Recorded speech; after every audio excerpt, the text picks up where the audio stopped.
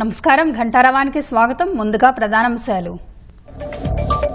YCP నేత వంశీ భూ కబ్జాలపై SIT దర్యాప్తు వేగవంతం. 10 కోట్ల విలువైన స్థలం దురాక్రమణపై కేసులు నమోదు.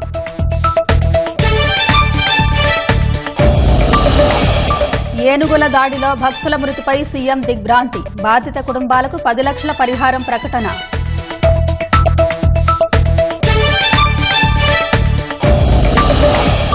రాష్ట్రంలో నెత్తురోడిన రోడ్లు. వేర్వేరు ప్రమాదాల్లో 5గురు దుర్మరణం.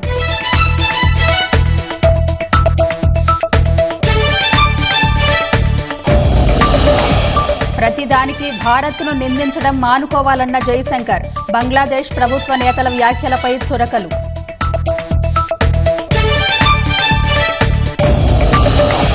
ప్రేయసితో పాటు కుటుంబ సభ్యులను హత్య చేసిన ఉన్మాది. తిరువనంతపురంలో ఘటన. స్టేషన్లో లొంగిపోయిన నిందితుడు.